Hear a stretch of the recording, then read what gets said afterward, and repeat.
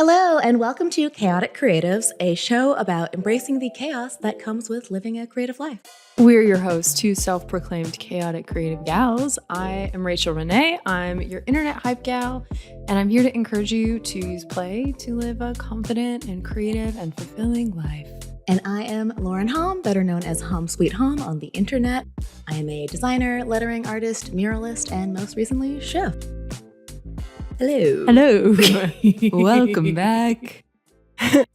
What do we got today? Today, we are talking about feeling worth charging what you should for your offerings. Money and feelings. Money and feelings, friends. Yes. We are continuing the conversation from the previous episode and adding, focusing on that one specific area, because for creative people, especially for chaotic creatives, it can be really difficult to charge for your work, to feel good about charging for your work, to, let's say, know how to set your initial price, to know how to increase your rates eventually, depending on if you're selling a service or you're selling a product.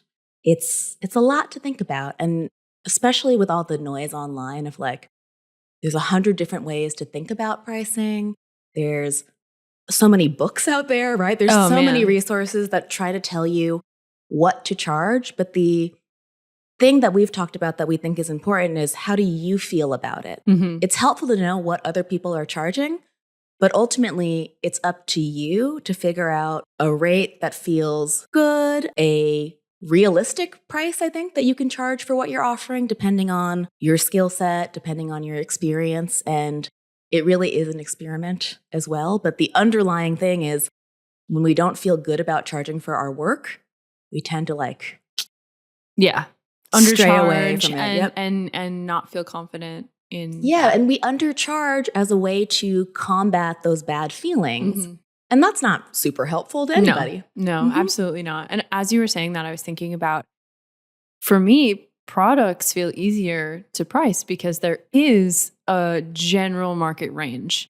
Like when I was making greeting cards, it was between $4.50 and $6.50, basically. So if I wanted to charge $10 for a greeting card, sure, I could try, but most people are comfortable paying within that aforementioned range.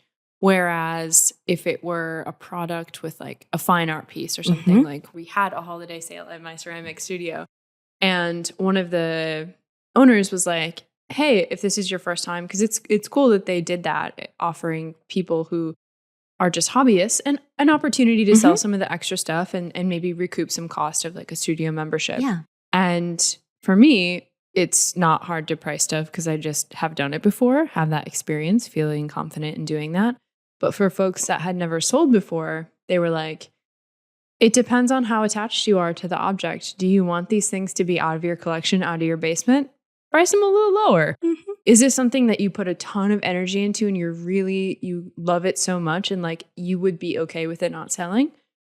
Put $100 on it. It's a little bit emotional when it comes to more of fine art, one-off pieces. But my problem comes in when I'm trying to charge for service-based work, because the imposter syndrome comes in. Even though I have so much feedback from people telling me that I'm good at what I do, and I have had successful courses and workshops, it still feels like every time I have a new offering, I'm pre-justifying why it costs what it does, instead of just being this is what it costs. And then I brought this up with my therapist because I was like, I'm having a hard time when it comes to pricing because I want things to be accessible. I want to be fair. I don't want to be sort of taking advantage of people. And she was like, listen, you're not. You have things online for free. I have free downloads. I offer a ton of free stuff on Instagram. I have lower price point items. And then it's the higher stuff that I'm struggling with because I'm like, oh my gosh, I have to justify why it costs $300. And I do sliding scale. And she was like, you have information that people want from you and they are willing. It's a reciprocal energy exchange. They're willing to pay. They want to pay you for this. And so you need to understand like what you're offering is worth the price that you're charging. And so I'm really working on that. And that's kind of, we were talking about this sort of offline, and that's where this kind of came from, because I struggle with that. And I think it's because I'm so new into this sort of like creative coaching consulting realm that I'm like, well, what creative person would want to learn from me? Because I haven't been doing it for 10 years. So it's kind of like imposter syndrome, a little bit of worthiness, a little bit of like, oh, I've never done this before, so I'm nervous. Does that make sense? 100%. I think everything that you just said, people will be able to relate to, because when you're starting out pricing any new offer, right? Like you don't have any information or like tangible proof that like I am worth this.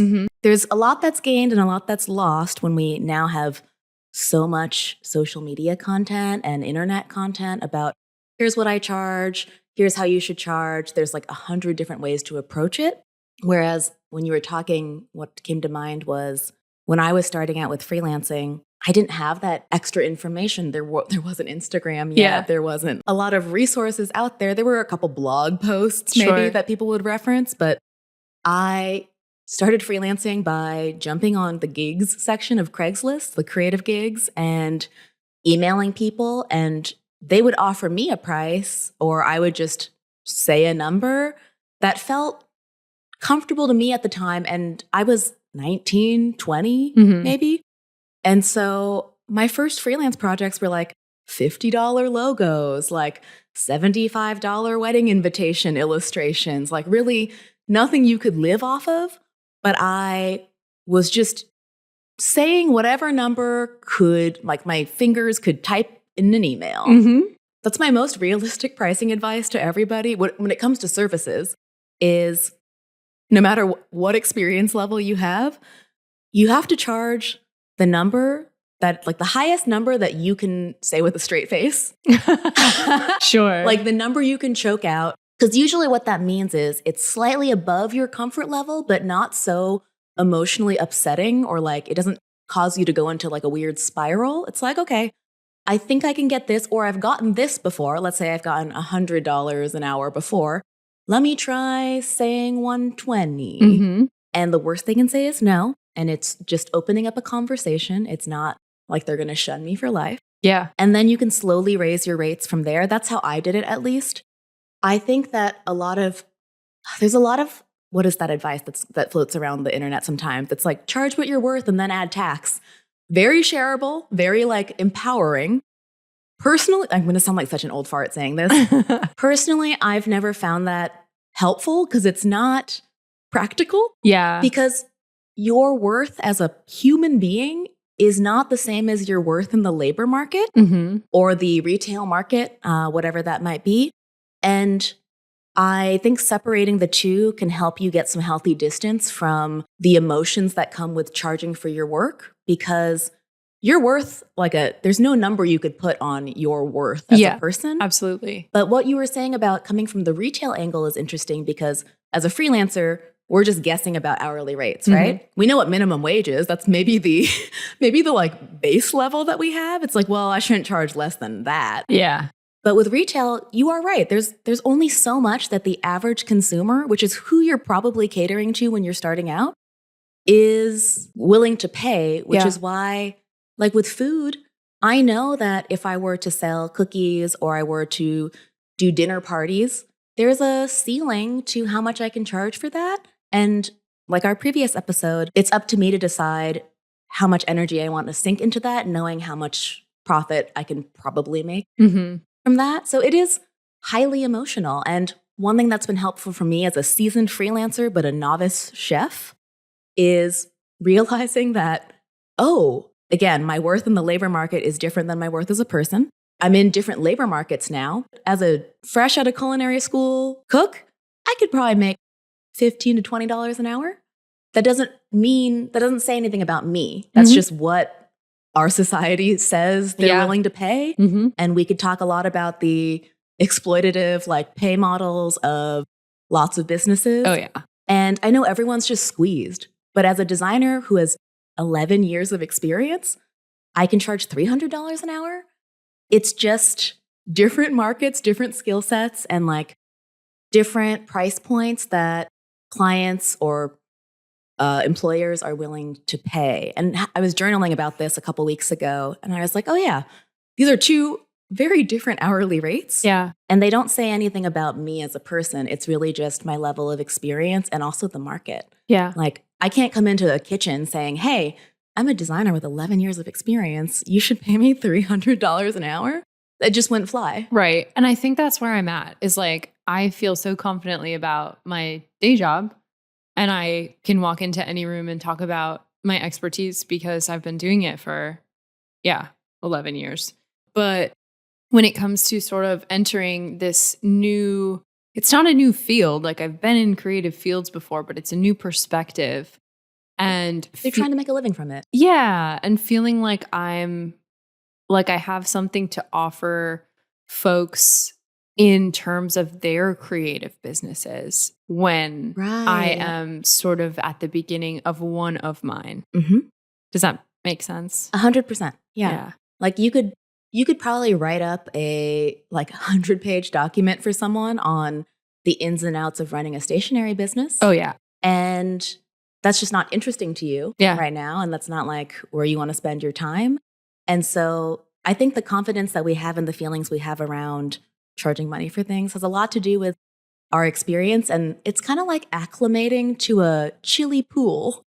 Yeah, that's a really good... You've been in the pool, engineer pool, for a long time. I have, yeah. And I think also thinking about it from the perspective of like you talking about, okay, this is what my time is worth as a designer labor-wise, and also factoring in like your payroll, your health insurance, your materials, things that you have to pay for, like file sharing services, stuff like that. Mm-hmm. I think that's something that I'm still navigating, what those costs are to run my business. So it feels harder to say, oh, okay, I'm going to charge X, like $300 for this workshop because I know that I'll be spending this much time working on it. I need to have these sort of hosting platforms. Teachable takes this much, Squarespace takes this much. And I'm still sort of like tweaking that. Mm-hmm. And then once I have that baseline, hopefully I'll start to feel more confident. And then I think a lot of it just comes with experience and getting good feedback and being like, oh, I would have paid more for that because you provided so much value. Yeah, absolutely. I think one thing that has helped me whenever I get in my head about pricing my offerings, whether it's a design client or it's an online course or a program that I'm running, or even like the dinner parties I was hosting last year, I try to remember as someone who's selling something, we all sell stuff and we all consume stuff. We're buyers. And if you think about the way that you, as a caring, empathetic, lovely human being, Thank you, operate as a consumer, whether or not you make a purchase, whether it's a $5 item or a $500 item, it's not necessarily the number, it's the perceived value for the thing. Yes. And in our flop episode, I'll bring this back, but I talked about how it's like when you're walking through the grocery store and you see it as a designer, it's like, oh, cute wine bottle, cute jam jar, whatever it might be, cute packaging. And you pick up the jam jar and you're like, this is adorable. And then you see it's $12. Maybe if I'm buying a gift, I'll spend the money. But for me, like in my day-to-day life, I'm just not going to spend $12. The same way you said $10 for a greeting card is just like you're catering to a completely different experience or market. Yeah.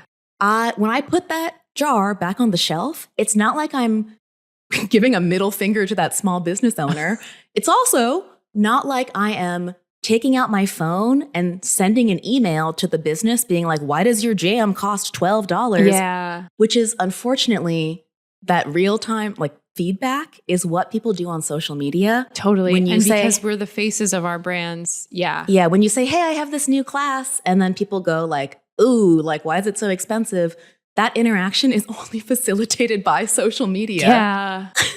Yeah. I think I mentioned this when we were talking off before we recorded, but I shared my Chicago workshop and someone was like, oh yeah, what are the details? And I linked them to the sales page and they were like, too rich for my blood. Good luck. And that is valid. And the value is that's such a good point, because if someone were like really interested in refining their style and wanted to hang out in person with me and like absorb that information in the IRL setting, then it would be valuable, and it was for the participants. And I totally understand that, like, if that's not where you're going to prioritize your limited funds, that's okay. But also, you don't have to like make me feel bad about it, you know? Like, you gave that jam example in our flop episode, and I went to the grocery store this weekend and I was buying gift items. Yeah. And I was like, okay, I want to get some like cozy little gift things. So I'm thinking tea, chocolate, get some flowers. And I was like, oh, crackers would be like a cute thing. And I saw a local business, and I know the people who printed the packaging. And I was like, oh, hell yeah. And it was $12 for a thing of crackers. And I was like, I can't do that. And I put it back, and then I was like, good for them. Like, I had that thought in my brain. And then later I did pay $12 for a thing of like Mexican hot chocolate. And then I got home and I was like, oh, I just experienced what Lauren was talking about, where it was like, yeah, good for them. If someone is willing to pay that, crackers are not as desirable for me as a fancy hot chocolate. Mm-hmm. So that was just how I weighted that. And that's such a good point. Like, yeah, maybe a dress for yourself workshop is not as valuable as a flight to somewhere else. And that's okay. But yeah, we have to receive it. I need to practice, though, not prefacing my sales or my attempt at selling my offerings with like, I know it's expensive, this is why, because it's just like, this is just what it costs. You know, I don't think that a car salesman is ever like, I know it's expensive, but like, let's get you in this car right now. You know, they're like, oh, this is the best deal on this thing. Or like, my friend just bought a chair from a furniture store that it rocks and it swivels and has a charger in it, and she's about to give birth. And so she's like, this is perfect for the nursery. And she texted as soon as she bought it, and she was like, I just got a deal. They were going out of business. And then I saw her yesterday, and she was like, they just have those signs. They're not actually going out of business. They just like use that to create the sense of urgency and make you think that you're getting a deal. Wait, is that ethical? Can they do that? I don't know.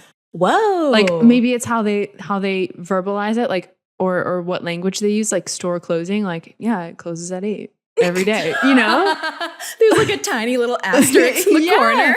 And she was like, I thought I was getting a deal. And it's a great chair, like, you know, worth what she paid. I sat in it and I was like, oh, you think you're going to nurse your child in this? I'm going to be in here napping with the cat.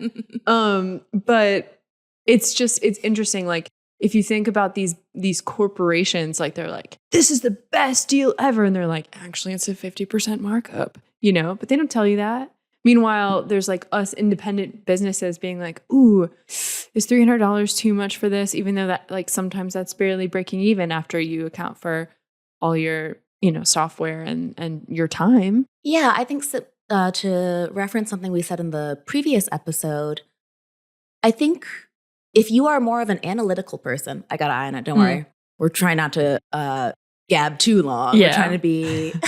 We told ourselves that season 2 was going to be like 30 to 40 minute episodes, and we haven't really done that. So we're trying this time. So Lauren just caught me looking at the clock. It's okay. I got it. Great.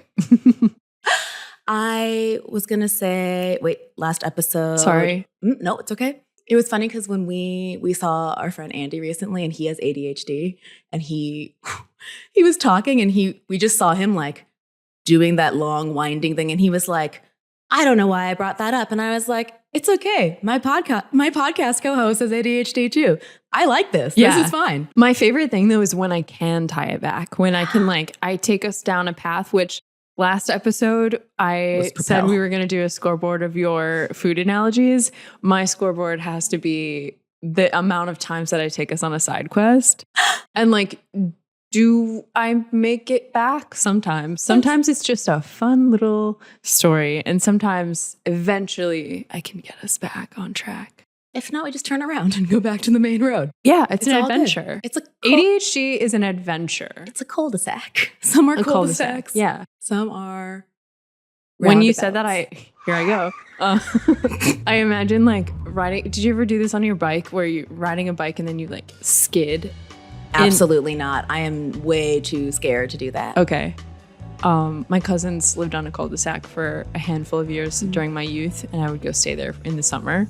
And so, yeah, I loved like trying to skid around the cul-de-sac on my bike. I am nervous on wheels. I ate shit on my Razor scooter so many times growing up, and I don't do anything risky now on wheels. That's fair. Or as a child. After the Razor scooter incidents, no. I love that a Razor, in parentheses, scooter, ruined Lauren's appetite for adventure. Yes. The Razor scooters were dangerous. I don't know why they're back, but like the youths are riding them, but are Heelys going to come back too? I feel like I have seen Heelys on the children. Let's not do that. Yeah. Ooh, okay. Getting back to the main road.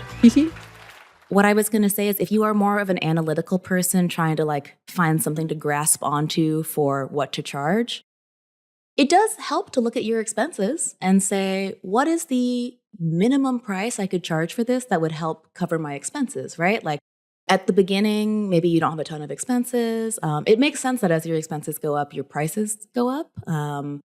But just knowing the minimum you need to charge to keep the lights on is helpful to just know your floor. It helps to give you at least one guardrail so you can operate from there. And then if a project comes along or someone makes you an offer that is lower than that, you can say no. It makes it easy to make decisions. I think what is emotionally taxing about running a creative business is having to think about your pricing with every new project, every new product. Right. And if you can, as you get more experience, and it really will just take experience because everyone who's listening does something slightly different and is operating in a different market, you will refine your pricing strategy. Yeah. And I think depending on the kind of work you do too, everyone wants to make a good living, I think. But there are some projects where you might be willing to take less money for it for a number of reasons. Yeah. Maybe it's like a topic that you're super excited about. Maybe you're really trying to help out a friend. There could be so many reasons. And every project, it's helpful to have some like guidelines in your mind, but you do have to make that decision with every project. Yeah, I had some really good advice when I was kind of chatting with a potential mentor a few months ago and talking about how I wanted to get into speaking. I love speaking at my day job. I obviously like educating. And I think it would be great to kind of get into the speaking circuit and be able to talk to various audiences about how letting your employees express themselves creatively, whether that's through clothes or just like their ideas at work, is beneficial to your company. And I was kind of just investigating what would be necessary to kind of get speaking gigs outside of like a creative conference, for example. And I was talking with this person and they were like, well, if you want to start building experience, obviously you have to start somewhere. You're not going to be paid $50K for a speaking gig right out of the bat. But maybe you could, if the budget is only, $200, can you also ask them for some non-monetary benefits? Like, can you say like, oh, can you have someone send me the recording? Or can you put me in touch with a couple of other people who book conferences like you do? Just so that you're still getting value out of, your time, especially as you're growing. So I really appreciated that advice. Like none of us are just going to make what we want to make right away. Like we have to earn that experience and refine our offerings and try to figure out, how we want to show up and what our price points need to be. And so I'm trying to think about that as I'm kind of building up my offerings. Like, okay, I am happy to, offer a discount to get people in the door. And maybe I ask them for testimonials. Like, I'm happy to give you this discount if you'll give me a testimonial on this experience. So trying to think about maybe non-monetary ways to build my confidence and be able to help people out as well. Yeah, 100%. Because I think, like we talked about before, no one gets into any kind of creative line of work to maximize profit, to like make a ton of money. Like that's not the driving force. it's good if you can make a lot of money. We all would love that, of Yeah. course. But there's so many factors at play. And when you were talking, it reminded me of something that my friend Morgan Harper Nichols said. We were on a call, I don't know, a couple months ago, and she was talking about navigating like pricing work for like client work, commercial client work, and how a lot of times we all get those emails that are like, we would love to collaborate with you, right? When it really means like, can you do free work for us? Yeah. Yeah. And when you're starting out, it's easy to think like, oh, like I should just do this to get it under my belt. But like we talked about before, I think having a floor is helpful. Mhm. And then, yeah, you also, there are other benefits and there is more value than just the money, but it's up to you to decide, is it worth it to you, right? Right. Is this getting me closer to what I want Mhm. in some area? And what Morgan said was she's been asking herself the question when she gets inquiries now, when people ask things of her. She doesn't necessarily say it to their face, but she plays it in her mind. She's like, what's in it for me?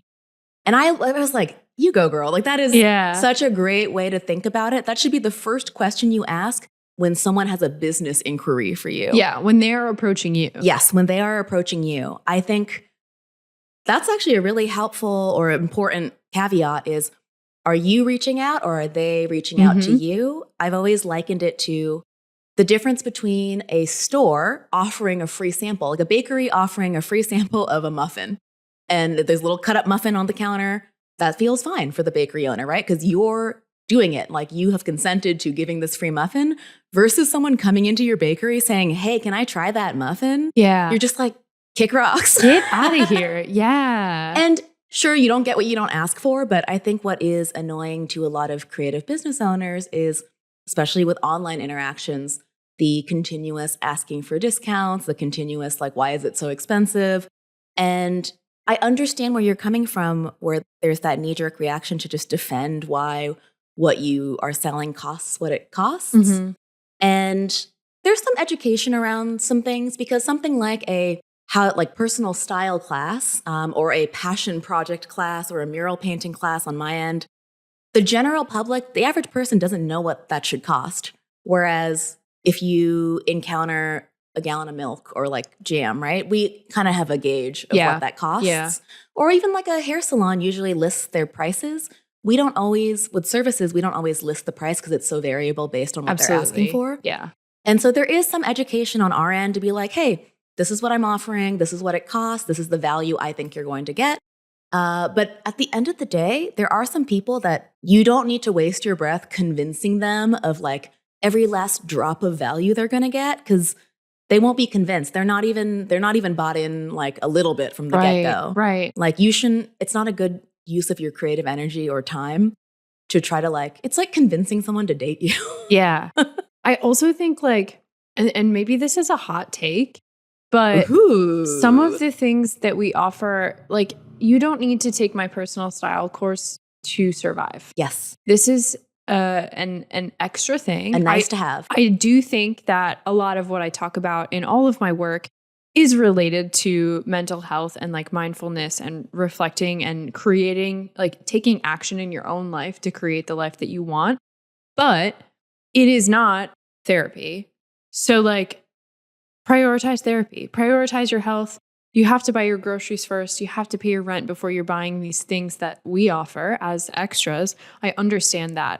Yeah, it really depends on your values and your business model and your expenses and needs. Yeah. Like you don't have to offer discounts. You don't have to offer scholarships or sliding scale, or it depends if accessibility is important to you, which it is, but you as the business owner get to decide how accessible, like it's like, I feel like there's different levers to pull. Are you going to offer maximum accessibility at your expense of like not being able to make as much money from your course as you wanted to? For example, as someone who does sliding scale, a lot of times, and I do a no questions asked sliding scale because I don't want the admin of like, I don't need you to prove to me. No, it's fine. No, yeah. But a lot of times people will go for the sliding scale. Who knows if they need it or not? That's okay. I do make a little less money on my courses now that I do sliding scale, but it's okay.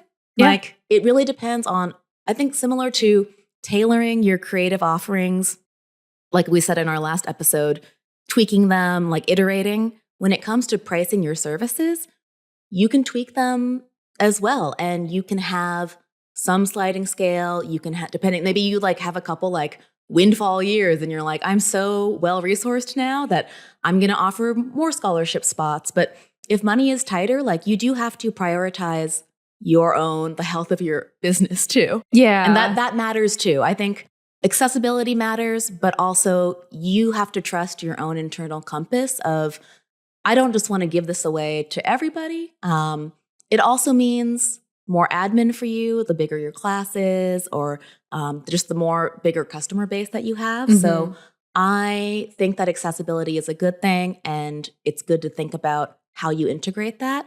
But when you start to feel that like resentment of like, I actually like can't give you more than this much of a discount, or I actually can't offer, a free spot, that's okay too. Yeah. The same way that with a client project, if they're like, hey, we're a nonprofit, we only have $500, and let's say you would have typically charged $1,000. It's up to you to decide, do you want to do it like for the cause and that price? You're allowed to say no. That's okay too. Yeah. One piece of advice I got early on when it comes to doing work for nonprofits is a lot of times nonprofits will ask creative people to do free design or illustration. And if you're really passionate about it, sure, I think donating our time versus our money can be a great way to stay connected to the cause. But if you're not super passionate about it, you shouldn't bully yourself into like, or guilt yourself into being like, well, I should do it. It's for charity. The person emailing you is most likely on payroll. Yeah. Yeah. Yeah. So people get paid to produce work. I think a lot of the internal turmoil that I felt around pricing too comes from like a political awakening as well of like a deepened sense of class consciousness and financial accessibility mattering and wanting to be inclusive. Those things do matter. Mm-hmm. But then when you start feeling taken advantage of, then you got to figure out where you kind of net out, because you don't want to be a martyr either, in the sense of like, okay, I just have to give, the best thing I can do is give all my stuff away for free. Right. So I think I'm a good person. That doesn't make you a good person. I actually think that if you are pro-labor, you should charge a sufficient amount for your work so you aren't stressed about money. I think everybody wants to be fairly compensated for the work they do. I feel good about that. I think that's really fair. Yeah. And I mean, obviously this is something I'm struggling with, and that's why we're talking about it. I want what I'm sharing to be accessible to everyone, and I don't want that resentment when people push back on the pricing. And maybe it's the wrong target market. Maybe I need to work on my own worth related to charging for my offering, and like starting to feel more comfortable doing that. I think it's a combination of all those things. It's a lot of stuff. How we feel about the price we're charging and the money we're making is I think the undercurrent for a lot of what we're doing, and a feeling of worthiness. And at the same time, similar to what we were talking about in the last episode, tweaking your offer, it might be, offering payment plans, or you do offer different versions of your, the message that you share, which is great. And I think it's, like you said, being okay with not everyone is going to go for every offer.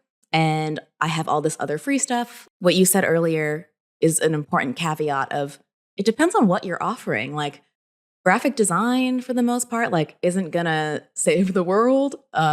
Personal style is not a necessity, right? To learn about that. But these are things like we buy things that aren't essential all the time. Yeah. And they are things that people want because art and color and beauty matter to people. But I see more educators in the, let's say, financial literacy space offering sliding scale, or like no one turned away for lack of funds classes, because that information is much more essential to someone's well-being. Mm-hmm. And so I think it really depends on our ever-changing needs and values. Yeah. But ultimately, the undercurrent should be like, I am worthy of making a living doing the thing that I love to do. Yeah. I at least deserve to try. Yeah. And like you said, it's impossible to know what the factors are. Maybe you're reaching the wrong market. Maybe it's the time of the year. Who knows? Sure. And I think another thing that I'm thinking about is I get like defensive and feel like I need to justify the pricing because it's obviously like a soft spot for me, right? And it could be that someone is just asking because, like you said, you don't know if you don't ask. Yep. And maybe they haven't been following me for that long, or maybe they haven't sort of delved into the world of what I offer. So maybe they didn't even know that I have a free newsletter or a YouTube or this podcast exists. And so instead of being like a brat and be like, I'm not in charge of your money, which of course I would never say that, but it's just, this is me venting frustration because I have gotten a lot of pushback when I've shared the style course, which is $111. And I run it on sale frequently for like $88. And people ask for payment plans. And I'm just like, oh, okay. Like I'll do payment plans for anything like $150 or over, basically. You have like a guide. Yeah. Yep. And those are the guardrails that I've set for myself. Yeah, I think it's just like, it's me feeling like I'm practicing becoming worthy of charging money. And so then when people push back, I'm like, no big deal. Yeah. Yeah. I'm working on it. Yeah. It's also just, again, a product of us as small business owners being the customer service for your business too, where you're receiving those messages, where there's plenty of businesses that sell things where the CEO is not fielding those. That's true. Not even angry customer responses, but just it's very personal. Yeah. The same way that the work that you do is personal, and it's great in a lot of ways. And this is just one of the ways that it's not so great because we have a tendency to turn inwards and blame ourselves. Or I was going to say before that there's so many factors as to why a project might not have gone through for a certain price or you didn't make the sale. What I want all the listeners to take away from this is don't blame don't think it's because you're bad. That's the least helpful thing that you can do. Because if you start thinking that you're bad or it must be somehow your fault, or maybe you're just like not that good at making money, or maybe you're just not that good at what you do because people aren't paying for it. So clearly this is trash. You want to keep yourself you want to be your own hype gal, basically. Yeah. And keep yourself in a positive enough mindset to keep doing your work. Yeah. Because it's not helpful if you internalize the message that like, I can't charge money for my work, which is the message that I think in general, creatives receive from the world, where it's like, people call it the passion tax, where you love what you do, so that's part of the payment. And it can be, but it shouldn't be the reason why you're underpaid. Right. It's not a reason why you preemptively should undercharge. Because a lot of times we do undercharge to try to offset some of the guilt we might feel about charging. And it really depends on who you're charging. I've talked before about I feel more comfortable charging companies larger prices than people, and not everyone feels that way. It really depends. But it's like what you were saying about speaking. Speaking at a community college versus speaking at a corporate event, you're going to be able to command different prices for those. And it's up to you to figure out how much of those you want to do. Or if work's slow, maybe you take the lower paying gigs for the time being. And one thing that's out of our control too when it comes to pricing is tastes change, markets change. My friend was talking about how they are getting a lot less views on their content now. And they do a lot of like influencer stuff and brand partnerships. They have sponsors.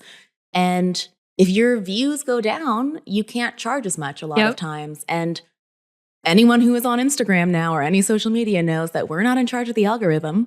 And all the things that worked to grow your audience a couple years ago might not work now. Oh, yeah. And so do not beat yourself up for those changes, but it can have a real impact on the amount you could charge for a sponsorship. Same with client work. I've been listening to a lot of media around, tech layoffs and corporate layoffs, and just to like get some murmurs about, okay, if I work for like tech companies have huge budgets for creative work, and those projects have come through over the years, but if they're cutting back on like labor costs, they're probably not going to be spending a lot on design stuff. Right. And so it's not, none of us can predict the future, but it's just, I like to just kind of like keep a finger on the pulse of like, okay, maybe I ramp up teaching. Maybe I do this. Like this is such an awful note to end on. Am I going to say it? I have a nice thing to end on. Okay, great. Because I was going to say, I was talking with a friend on the phone the other day, and I am less certain, maybe it's because of this shit year I've had, that just freelancing alone is enough to have a sustainable creative business. I think you do have to have multiple sources of income. They don't all have to be cash cows, but I think having a couple different ways that you've monetized around this thing you love to do can be helpful in weathering some of those like curveballs that life might throw you, whether maybe the industry you niched down to focus on goes under. Maybe you are going through like a depressive season and you don't want to teach because you just don't want to be in front of people. You don't have the energy for it. Yeah. It just helps to give you options and to still pay the bills if you have a couple different ways that you can make money that you don't mind doing. Yeah. And I think sort of the positive note that I was going to share is that I think oftentimes, especially when it's poking at a soft spot or a thing that you're sensitive about, it can feel like people are, coming after you. And like you said, it's not you, it's like the value of your labor. But it's helpful. And I've just been like thinking about this as we're talking. I follow plenty of folks that I've paid for work. I've bought their workshops, but I haven't paid for their $5,000 coaching. Or I've bought their PDF downloads, but I haven't purchased their course. And I don't think any less of those people because they're charging that amount for what they're offering. It's just that doesn't fit into what I'm looking to improve at this time in my life or learn about or what I can afford right now. Totally. And that doesn't mean anything about them. I'm like, well, I'll get this option. And I need to remember that my audience likely it has that same feeling about me. Like maybe they're like, oh, I don't want to prioritize play at this time in my life, or maybe just the playlists are enough to get them they're taking initiative on their own, or like the free challenges that I do is enough to excite them and they don't want to pay for anything more, and that's okay. Like that's what that platform is for. And I just hope that they think about me in the same way that I'm thinking about these other folks, that I'm like, oh yeah, I've never purchased one of their courses, but I love that they're making them and charging for them. So I don't know. I think it's a mindset shift thing for me, and I'm working on like feeling more worthy, and I appreciate everyone listening understanding that I'm not trying to be classist or like come from a privileged standpoint to be like, oh, you can't afford this. Like that's not where I'm coming from. I'm just trying to understand how I can support myself and also offer things to people at various levels, because accessibility is important, like you said, and I think the fact that we want to be conscious of like classism and, this system of capitalism that we live in is a good thing. And then also it can be a bummer when we're not making money from the things that we're producing, Yeah, it's good to be aware of things and to move consciously. It's better to do it with your eyes open than your eyes closed. Yes. But it's tough running a business in a capitalist economy while like you do have to prioritize at least making enough profit to pay yourself to live.